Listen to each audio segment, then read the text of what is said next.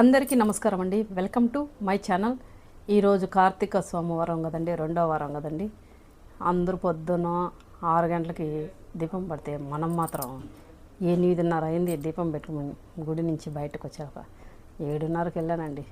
పొద్దున్న లేచి ఉపవాసం ఉండి వేరే నా కస్టమర్ అర్జెంట్ బ్లౌజులు ఉన్నాయనంటే ఆమె కుట్టి హెమ్మింగ్ చేసి ఇచ్చేసి ఆమెకి ఇచ్చేలా 7:30 అయింది. ఆ నుంచి వచ్చి ఇంటికి వచ్చి కాళ్ళు చేతులు కడుక్కొని గబగబను జీవలింగేశ్వర స్వామి టెంపుల్కి వెళ్ళి ఇక్కడ జోపన్లో గోపురం ఎదురుగా గాలి గోపురంకి ఎదురుగానే ఆడ పెట్టుకున్నానండి దీపం. నేను పెట్టింది పిండి దీపాలు పెట్టుకున్నాను.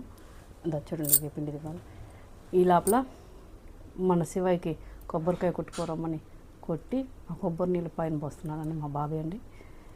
ఈ లోపల నేను దేవుడికి ధూపం అనేది చూపించి చూడండి గాలి గోపురం ఇట్నే చూడండి చందమామ ఎంత బాగున్నాడంటే నాకు ఎంత మనసుకు నచ్చిందంటే పరమాత్ముడు నిన్న సూర్యభగవానుడు దర్శనం, ఈరోజు చంద్రదేవ దర్శనం.